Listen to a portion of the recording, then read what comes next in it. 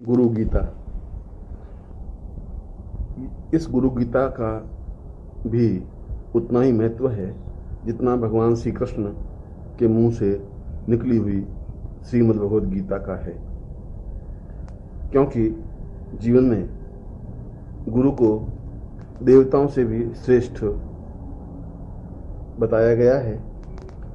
वही ब्रह्मा है, वही विष्णु है और वही शिव है। स्कंद पुराण के अंतर्गत जो गुरु गीता दी गई है, मैं उसी गुरु गीता का उच्चारण कर रहा हूँ। ओम अस्य श्री गुरु गीता स्तोत्र मंत्रस्य भगवान सदाशिव ऋषि नाना विधानी छंदांसी श्री गुरु परमात्मा देवता हम बीजम सह शक्ति क्रोम कीलकम श्री गुरु प्रसाद सिद्ध्यर्थे जपे विनियोग। गुरु ध्यान। हंसाभ्याम परिवृत्त पत्र कमलैर दिव्यैर जगत कारणैर विश्वोत्कीर्णमनेक देह निलयै स्वच्छंदमात्मेच्छया तद्योतं पदसाम्भवं तु चरणं दीपाङ्कुरग्राहिणं प्रत्यक्षाक्षर विग्रहं गुरुपदं ध्यायेद् विभुं शाश्वतम्।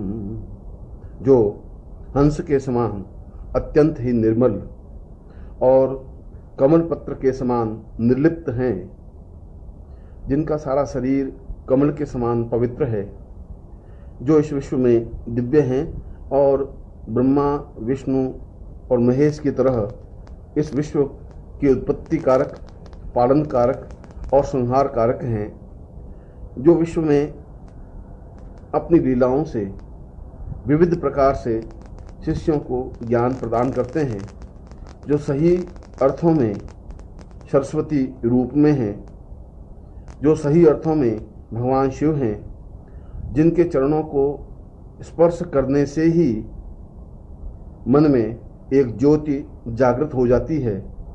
ऐसे यदि प्रत्यक्ष रूप से गुरु सामने हों और यदि उनके चरणों का ध्यान किया जाए, उनके चरणों को स्पर्श किया जाए, तो ऐसा व्यक्ति विश्व में अद्वितीय कहलाता है। जो नित्य गुरु गीता का पाठ करता है या इस गुरु गीता का पाठ श्रवण करता है, वह वास्तव में ही जीवन में सौभाग्यशाली शिष्य माना जाता है। स्कंद पुराण में भगवान शिव ने स्वयं पार्वती को यह गुरु गीता के द्वारा ही साधनाओं में सिद्धि प्राप्त हो सकती है, पर यदि साधना संपन्न न हो सके तो साधक को या शिष्य को चाहिए कि वह नित्य गुरु गीता का श्रवण करे या उसका पाठ करे, तो निश्चय ही उसके जीवन में सभी उदय स्वप्रकाशेन गुरु शब्देन कथ्यते है। चाहे कितनी भी गूढ़ विद्याएं हों, चाहे कितनी भी कठिन साधनाएं हों और हम चाहे कितने ही अज्ञानी हों, परंतु यदि मुंह से पूर्ण श्रद्धा के साथ गुरु शब्द का उच्चारण हो जाता है तो मन में एक विशेष ज्योति प्रकाशित हो जाती है। गुरु गीता का श्रवण करे या उसका पाठ करे तो निश्चय ही उसके जीवन में सभी दृष्टियों से अनुकूलता और श्रेष्ठता प्राप्त होती है।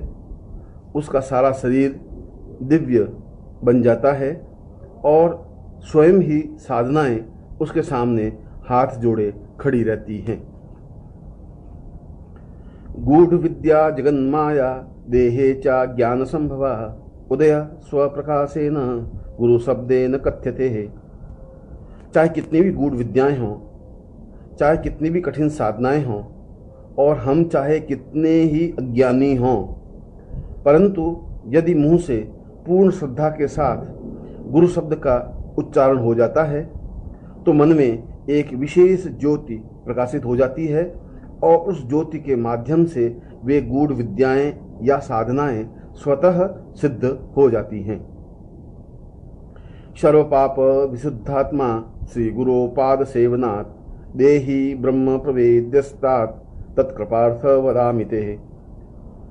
जीवन के समस्त प्रकार के पाप, चाहे वर्तमान जीवन के हों चाहे पूर्व जीवन के हों, केवल गुरु के चरणों का सेवन करने से ही वे समस्त पाप समाप्त हो जाते हैं और यह आत्मा पूर्ण रूप से पवित्र और दिव्य बन जाती है। उसके हृदय में ब्रह्म की साक्षात प्रतीति होने लगती है और यदि गुरु कृपा हो जाती है तो वह स्वयं ब्रह्म स्वरूप बन जाता है। गुरुपादाम्बुजं स्मृत्वा जलम शिरसि धारयेत् सर्वतीर्थावगाहस्य संप्राप्नोति फलम नरः। जो शिष्य पूर्ण श्रद्धा के साथ गुरु के चरणों के जल को अपने सिर पर छिड़कता है या चरणामृत के रूप में पान करता है, उसे संसार के समस्त तीर्थों में स्नान करने के समान पुण्य प्राप्त होता है और वह इस जीवन में समस्त प्रकार के फलों को, धर्म, अर्थ, काम और मोक्ष को प्राप्त करता हुआ पूर्ण मानव जीवन संपन्न करने में सक्षम हो पाता है। शोषणम पाप पंकस्य दीपनम ज्ञान तेजसाम गुरुपादोदकम सम्यक संसारार्णवतारकम। हमारे जीवन के जितने भी पाप हैं, उन पापों को समन करने के लिए अंदर ज्ञान का दीपक लगाना आवश्यक है और वह ज्ञान का दीपक केवल गुरु के चरणों का स्पर्श करने से, गुरु की आज्ञा का पालन करने से और गुरु के कहे अनुसार गतिशील होने से ही प्राप्त हो सकता है। और जब हृदय में ऐसा ब्रह्म का दीपक प्रज्वलित होता है तो वह इस संसार में पूर्ण सुख को भोगता हुआ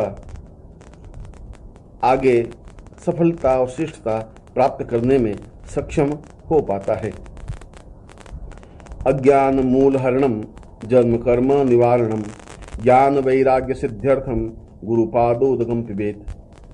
यदि गुरु के चरणों का जल पान करने का सौभाग्य प्राप्त हो जाए तो जन्म जन्म के पाप और बंधन समाप्त हो जाते हैं। समस्त प्रकार का अज्ञान दूर हो जाता है और हृदय में स्वतः ही ज्ञान और वैराग्य की सिद्धि प्राप्त हो जाती है। उसके लिए अन्य किसी प्रकार के विधि विधान, साधना और सिद्धि करने की आवश्यकता नहीं होती। गुरो पादोदकम पीत्वा गुरोरुच्छिष्ट भोजनम गुरुमूर्ते सदा ध्यानम गुरु मंत्रम सदा जपेत। शिष्य का कर्तव्य यही है, उसके जीवन का पहला और अंतिम उद्देश्य यही है कि वह संपूर्ण जीवन में गुरु के चरणों का जल पान करे, गुरु के भोजन के उपरांत उनसे प्राप्त भोजन को प्रसाद रूप में स्वीकार करे, निरंतर गुरु मूर्ति का ध्यान करता रहे और हर क्षण गुरु मंत्र का जप करता रहे। ऐसे शिष्य से देवता भी ईर्ष्या करते हैं क्योंकि वह शिष्य स्वयं देवता स्वरूप बन जाता है। काशी क्षेत्रम तन्निवासो जाह्नवी चरणोदकम गुरुर्विश्वेश्वरः साक्षात् तारकम ब्रह्म निश्चितम। जो काशी में निवास करने से और भगवान शिव की पूजा करने से फल प्राप्त होता है, जो गंगा में स्नान करने से और गंगा का जल पीने से जो सिद्धि और सफलता प्राप्त होती है, जो ब्रह्मा विष्णु और महेश की सेवा और साधना करने से जो फल प्राप्त होता है, वह सब कुछ केवल गुरु के चरणों में बैठने से ही प्राप्त हो जाता है, क्योंकि वह साधक को पूर्ण रूप से ब्रह्ममय बना देता है और उसके समस्त पापों को समाप्त करने में सहायक होता है। गुरुपादोदकं युक्त्वा सौ सोक्षयो वटः तीर्थराज प्रयागश्च गुरुमूर्त्यै नमो नमः। गुरु के चरणों का जल निरंतर अक्षय कल्प वृक्ष के समान फलदायक माना गया है। उस जल को यदि पान किया जाए तो ऐसा पुण्य प्राप्त होता है जैसा तीर्थराज प्रयाग में स्नान करने से और उसके जल को पान करने से होता है। इसीलिए संसार में श्रेष्ठतम विभूति को गुरु कहा गया है और ऐसी ही गुरुमूर्ति को प्रणाम करने से जीवन में संपूर्णता प्राप्त होती है। गुरुमूर्ति स्मरे नित्यम गुरु नाम सदा जपेत गुरोराज्ञा प्रकुर्वीत गुरोरन्यन्न भावयेत। निरंतर शिष्य को गुरुमूर्ति का ही चिंतन करना चाहिए। उसे नित्य गुरु के द्वारा प्रदत्त गुरु मंत्र का ही जप करना चाहिए। उसके जीवन का लक्ष्य केवल गुरु आज्ञा का पालन करना ही है और गुरु के अलावा उसके जीवन में अन्य किसी भी प्रकार का भाव या चिंतन नहीं हो। इस बात का तत्क्षण और हर क्षण ध्यान रखे। वह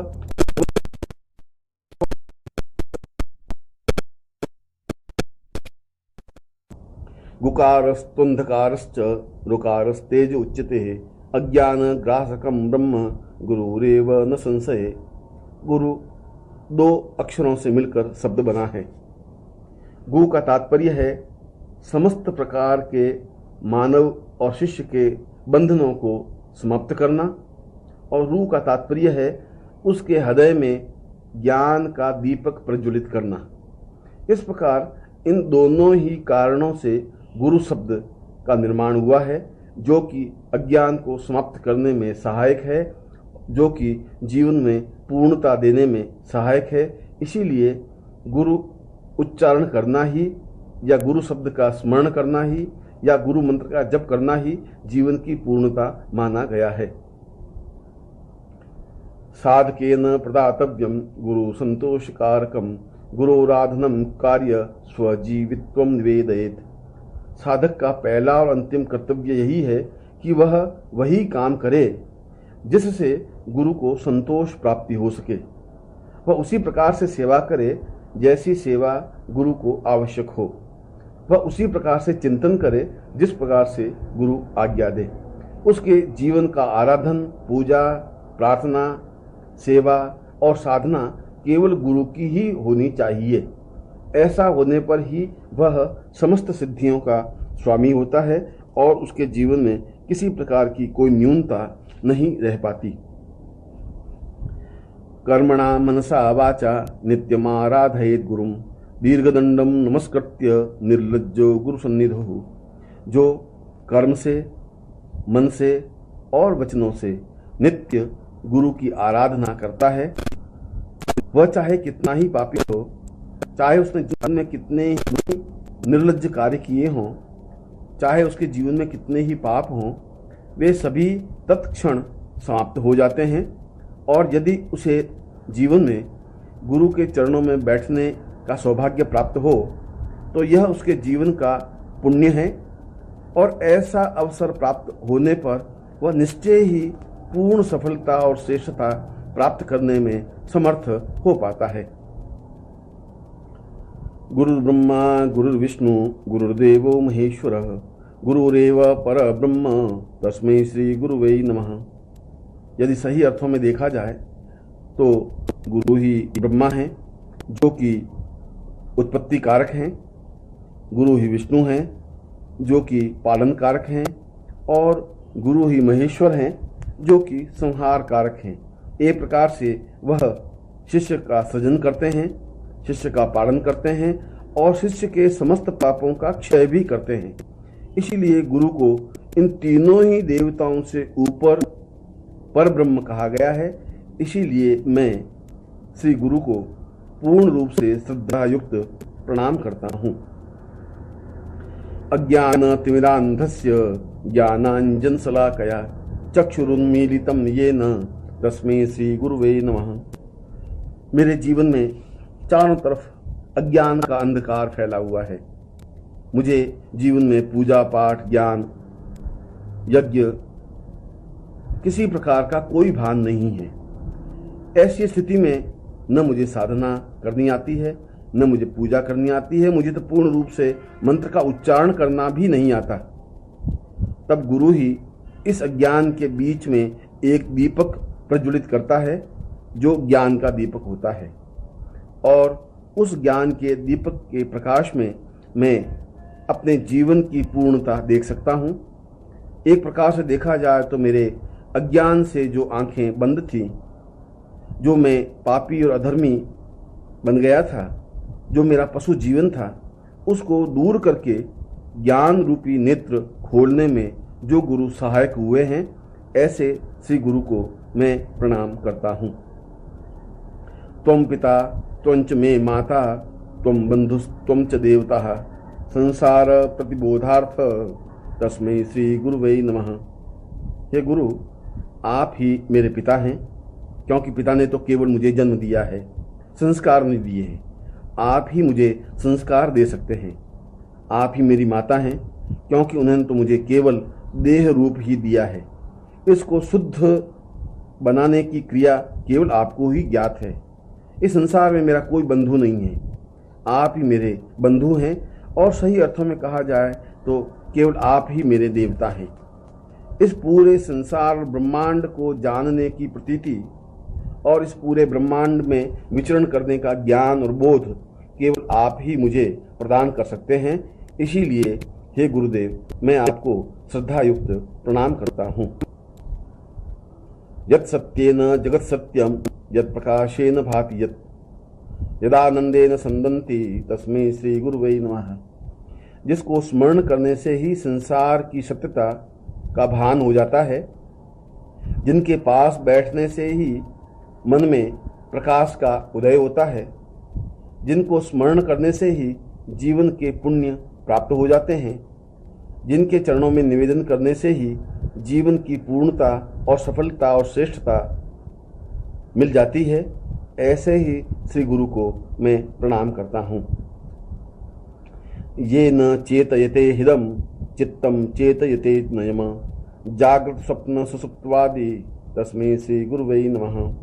जो मेरे हृदय के अज्ञान को दूर करने में समर्थ हैं, जो मेरे हृदय की न्यूनताओं को दूर करने में समर्थ हैं, जो मेरे चित्त की विशृंखलता को दूर करने में समर्थ है, जो मेरे चित्त की चंचलता को दूर करने में समर्थ है, जो मुझे नींद से जगा सकते हैं, जो मुझे अज्ञान से ज्ञान की ओर ले जा सकते हैं, जो मुझे अंधकार से प्रकाश की ओर ले जाने में समर्थ हैं, वे केवल मात्र गुरु ही हो सकते हैं। और इसीलिए मैं पूर्ण भावनाओं के साथ श्री गुरु को प्रणाम करता हूँ। यस्य ज्ञानादिदं विश्वं न दृश्यं भिन्न भेदतः सदेक रूप रूपाय तस्मै श्री गुरुवे नमः। केवल गुरु ही प्रत्यक्ष देवता हैं। अन्य देवता तो हमें दिखाई दें या नहीं दें, साधना करने के बाद भी उनसे संपर्क हो सके या नहीं हो सके, उनके साक्षात स्वरूप को देख सके या नहीं दे सकें, परंतु गुरु तो साक्षात देवता हैं जो हमारे सामने सशरीर विद्यमान हैं। यह मेरी अज्ञानता है, यह मेरी बुद्धि का भ्रम है कि मैं उस देवता को सामान्य मनुष्य के रूप में देखता हूँ। मैं देवता और मनुष्य में भेद करता हूँ, मैं गुरु और देवता में भेद करता हूँ। इससे बड़ा पाप और इससे बड़ा दुर्भाग्य कुछ नहीं हो सकता। मैं चाहता हूँ कि मेरा यह भिन्नता दूर हो, मैं सदेह रूप गुरु को प्रणाम कर सकूं, उनके चरणों में अपने आप को निमग्न कर सकूं, उनके हृदय में स्थापित हो सकूं। ऐसे श्री गुरु को मैं प्रणाम करता हूं। यस्या मतम तस्य मतम मतम यस्य न वेदसः अनन्य भाव भावाय तस्मै श्री गुरुवे नमः। वेदों ने एक स्वर से इसी बात को बताया है कि जीवन में संपूर्णता का बोध केवल गुरु ही कर सकते हैं। पुराणों ने इसी बात को स्वीकार किया है कि गुरु के माध्यम से ही जीवन में पूर्णता आ सकती है। समस्त उपनिषदों में एक ही बात को बार बार कहा गया है कि अन्य साधनाएं व्यर्थ और तुच्छ हैं यदि गुरु की साधना और उसका सामीप्यता प्राप्त न हो जाए। इसलिए मैं चाहता हूँ कि मेरे और गुरु के बीच में किसी प्रकार का अनन्य भाव न रहे, किसी प्रकार की दूरी नहीं रहे, किसी प्रकार की कमी नहीं रहे। मैं पूर्ण रूप से उनके चरणों में निमग्न हो सकूं, मैं अपने आप को उनके चरणों में विसर्जित कर सकूं, ऐसी इच्छा रखता हुआ मैं परम गुरु को प्रणाम करता हूं।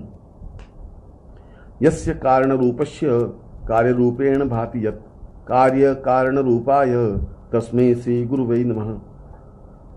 श्री गुरुदेव ही कारण रूप हैं, श्री गुरुदेव ही कार्य रूप हैं। वे ही मुझे प्रेरणा देते हैं, वे ही मुझसे कार्य करवाते हैं। वे जो कुछ मुझे आज्ञा देते हैं उसके पीछे उनका ही रहस्य निहित होता है। मैं इस जीवन में क्यों आया हूँ, मेरा इस जीवन में क्यों जन्म हुआ है, मैं इस पृथ्वी पर क्या कर सकता हूँ, इसका ज्ञान केवल गुरु को ही है। मैं तो अंधकार में भटक रहा था, मेरे जीवन की कोई मंजिल नहीं थी, मेरे जीवन का कोई लक्ष्य नहीं था। मुझे यह भी पता नहीं था कि मैं अपने जीवन को किस प्रकार से पूरा करूं।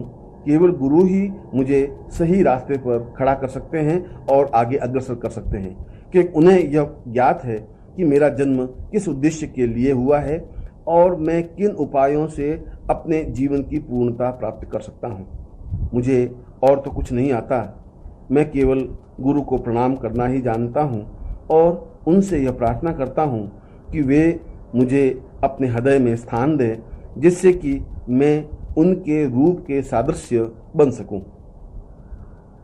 नाना रूपमिदं सर्वं न केनाप्यस्त भिन्नता कार्य कारणता चैव तस्मै श्री गुरुवे नमः। गुरु तो अनेक रूपों में होते हैं। कभी वे गृहस्थ बन जाते हैं, कभी वे संन्यास दिखाई देते हैं, कभी बालक के रूप में दिखाई देते हैं, कभी क्रोध स्वरूप में दिखाई देते हैं, कभी अन्य रूप में दिखाई देते हैं। परंतु इन रूपों में मूल रूप उनका सच्चित आनंद रूप होता है, जो कि मूल रूप से है। वे मुझे और मेरे समस्त अज्ञान को दूर करने के लिए विभिन्न प्रकार की क्रियाएं करते हैं, इसीलिए मुझे वे भिन्न भिन्न रूप में दिखाई देते हैं। यह मेरे जीवन की न्यूनता है और मैं इस न्यूनता को दूर करना चाहता हूँ। मैं चाहता हूँ कि मैं उनके प्रत्येक रूप में अपने सद्गुरु को भली प्रकार से देख सकूं, मैं अपने स्वरूप को उनमें लीन कर सकूं, मैं साधना के क्षेत्र में गुरु की ही साधना कर जीवन की पूर्णता प्राप्त कर सकूं। ऐसा ही विचार मन में लाकर मैं गुरु को भक्ति भाव से प्रणाम करता हूं। शिवे क्रुद्धे गुरुस्त्रात्रा गुरु क्रुद्धे शिवो नहीं तस्मात् सर्व प्रयत्नेन श्री गुरु शरणं व्रजेत। यदि भगवान शिव भी क्रुद्ध हो जाते हैं तो गुरु हमें बचा सकते हैं। यदि अन्य देवता क्रुद्ध हो जाते हैं तो गुरु रक्षा कर सकते हैं। यदि सारे देवता मिलकर के भी मेरे ऊपर प्रहार करने के लिए तैयार हो जाएं, तब भी गुरु ढाल बन करके मेरी रक्षा कर सकते हैं। पर यदि गुरु क्रुद्ध हो जाते हैं तो शिव भी उस क्रोध को से मुझे नहीं बचा सकते। अगर गुरु क्रुद्ध हो जाते हैं तो मेरे जीवन के सारे पाप क्षीण हो जाते हैं, मेरे जन्म लेने की क्रिया ही समाप्त हो जाती है, मेरे जीवन का उद्देश्य ही समाप्त हो जाता है, मेरे जीवन का भविष्य ही अपने आप में समाप्त हो जाता है। क्योंकि गुरु के क्रोधित होने पर कोई देवता उसके क्रोध से मुझे बचा नहीं सकता, यह शास्त्र प्रमाण है। इसीलिए सभी प्रकार से प्रयत्न करके श्री गुरु के शरण में जाने से ही जीवन की पूर्णता प्राप्त हो सकती है। बुकारम च गुणातीतम रुकारम रूप वर्जितम गुणातीत स्वरूपम च यो दद्यात् स गुरु स्मृतः। गुरु शब्द ही अपने आप में पवित्र और पुण्य शब्द है। यदि एक बार भी 24 घंटों में गुरु के नाम को मैं अपने होठों पर अंकित कर सकूं, एक बार भी अपने होठों से गुरु के नाम को ले सकूं, तो मेरा सारा शरीर अपने आप में ही पवित्र हो जाता है। मेरे लिए ये आवश्यक नहीं है कि मैं गंगा स्नान करूं, मेरे लिए यह भी आवश्यक नहीं है कि मैं किसी मंदिर में जाके देवता का दर्शन करूं, मेरे लिए यह भी आवश्यक नहीं है कि मैं प्राणायाम करूं या नाक को बंद करके किसी प्रकार की आंखें बंद किए हुए साधना करूं। मुझे किसी प्रकार के देवता की आवश्यकता नहीं है, मुझे किसी प्रकार की साधना की आवश्यकता नहीं है। मेरे जीवन का तो एक ही उद्देश्य, एक ही लक्ष्य, एक ही प्रयत्न है कि मैं उनके स्वरूप को अपने हृदय में स्थापित कर सकूं और हर क्षण गुरु को स्मरण कर सकूं। ऐसा होने पर ही मैं अपने जीवन में पूर्णता प्राप्त कर सकता हूं। श्री गुरो परमं रूपम विवेक चक्षुषोमृतम मंदभाग्यान पश्यन्ति अंधा सूर्योदयम तथा। गुरु का रूप तो समस्त देवताओं से भी महत्वपूर्ण है। वह अज्ञान को हटा करके पूर्ण ज्ञान देने में समर्थ है। वे जीवन के ज्ञान चक्षु को खोलने में समर्थ है। परंतु जो मंदभाग्य हैं, जो दुर्भाग्यशाली हैं, वे गुरु के उस रूप को नहीं देख पाते। जिस प्रकार एक अंधा व्यक्ति सूर्योदय को नहीं देख सकता, परंतु इसका तात्पर्य यह नहीं है कि सूर्योदय हुआ ही नहीं है। ठीक उसी प्रकार से जो मंदभाग्य हैं, जो दुर्भाग्यशाली हैं, वे गुरु को देखने के बाद या गुरु के पास जाने के बाद भी मन में संशय और भ्रम रखे रहते हैं। उनके जीवन में किसी प्रकार की श्रेष्ठता और पूर्णता नहीं आ सकती। श्रुति प्रत्यक्ष मैतीह्य मनुमान चतुष्टयम यस्य चात्म तपो वेद देशिकम च सदा स्मरेत्। ऐसा कोई भी वेद, पुराण, उपनिषद, शास्त्र, ज्ञान नहीं है जहां गुरु की प्रशंसा नहीं की गई हो। ऐसा कोई भी योगी, यति, सन्यासी, साधक नहीं रहा हो जिसने गुरु की प्रशंसा नहीं की हो। ऐसा कोई उपनिषद नहीं है जहां गुरु की साधना का वर्णन विवरण नहीं दिया गया हो। संसार के जितने भी स्मृति ग्रंथ हैं, जितने भी पवित्र ग्रंथ हैं, जितने भी दिव्य ग्रंथ हैं, उन सब में एक ही बात बार बार कही गई है कि गुरु कृपा से ही समस्त जीवन की पूर्णता प्राप्त हो सकती है। यह हमारा सौभाग्य है कि हमारे जीवन में हमारे सामने गुरु उपस्थित हैं और फिर भी हम गुरु की सेवा न कर सकें, उनकी आज्ञा का पालन न कर सकें, उनके स्वरूप को अपने हृदय में स्थापित न कर सकें, तो इससे बड़ा दुर्भाग्य और कुछ नहीं हो सकता। मैं चाहता हूं कि मेरे जीवन में हमेशा गुरु पूर्ण प्रसन्नता के साथ जमे रहें, जिससे कि मैं बार बार उनको देख सकूं। अखंड मंडलाकारम व्याप्तम येन चराचरम तत्पदम दर्शितम येन तस्मै श्री गुरुवे नमः। वे अखंड हैं, वे भगवान सूर्य के समान तेजस्वी हैं, वे संपूर्ण विश्व में व्याप्त हैं, वे जड़ और चेतन को सिद्धि प्रदान करने में समर्थ हैं, वे सब कुछ देवताओं के समकक्ष हैं, वे सही अर्थों में पूर्ण ब्रह्म हैं। इसीलिए मैं उनके चरणों को देखना ही जीवन का पुण्य मानता हूँ। ऐसे श्री गुरु को मैं पूर्ण भक्तिभाव से प्रणाम करता हूँ। यस्य स्मरण मात्रेण ज्ञान मुत्पद्यते स्वयं य एव सर्व संप्राप्तिस् तस्मै श्री गुरुवे नमः। जिसका स्मरण करने से ही ज्ञान की उत्पत्ति होती है, जिनके पास में बैठने से ही सुगंध की अवगाहन होने लग जाता है, जिनको देखने से ही आंखों को संतोष प्राप्ति होती है, जिनके शब्द स्मरण करने से ही जीवन की श्रेष्ठता प्राप्त होती है, मैं ऐसे ही गुरु को पूर्णता के साथ प्रणाम करता हूँ। स्थावरम जंगमम चैव तथा चैव चराचरम व्याप्तम येन जगत सर्वम तस्मै श्री गुरुवे नमः। वे इस जड़ और चेतन, वनस्पति और वृक्ष, मनुष्य और पशु, देवता और गंधर्व, किन्नर और मनुष्य, सभी में वे व्याप्त हैं। मैं जहाँ भी देखता हूँ मुझे गुरु ही गुरु दिखाई देते हैं। एक प्रकार से देखा जाए तो वे वायु में व्याप्त हैं, समस्त संसार में व्याप्त हैं। जब भी मैं नेत्र बंद करता हूँ तो गुरुदेव का चित्र मेरी आंखों के सामने स्पष्ट हो जाता है। इसीलिए मैं गुरु को पूर्ण श्रद्धा के साथ प्रणाम करता हूँ। ज्ञान शक्ति समारूढ़ तत्वमालादि विभूषितम भुक्ति मुक्ति प्रदाताय यस्तस्मै गुरुवे नमः। जो पूर्ण ज्ञान की शक्ति अपने आप में समाये हुए हैं, जो समस्त शास्त्रों का तत्व अपने आप में लिए हुए हैं, जो एक साथ ही संसार के भोग देने में समर्थ हैं और मुक्ति देने में समर्थ हैं, जो एक साथ ही धर्म, अर्थ, काम और मोक्ष प्रदान करने में समर्थ हैं, उनको छोड़कर मैं अन्य किस देवता की पूजा, आराधना, साधना करूं? क्योंकि मेरे सामने तो संपूर्ण विश्व के चराचर भगवान श्री गुरु साक्षात उपस्थित हैं। ऐसे ही श्री गुरु को मैं प्रणाम करता हूँ। न गुरोरधिकम तत्वम न गुरोरधिकम तपः तत्वम ज्ञानात् परम नास्ति तस्मै श्री गुरुवे नमः। न तो गुरु से अधिक कोई तत्व या शास्त्र या वेद या पुराण या स्मृति या उपनिषद है, न गुरु से अधिक किसी प्रकार की कोई तपस्या या साधना या सिद्धि है। जो कुछ तत्व है, जो कुछ ज्ञान है, जो कुछ पूर्णता है, वह केवल मात्र गुरु ही है। इसलिए मैं पूर्ण चिंतन के साथ, पूर्ण विचार के साथ, पूर्ण आत्मा के साथ और शरीर के साथ अपने गुरु को प्रणाम करता हूँ।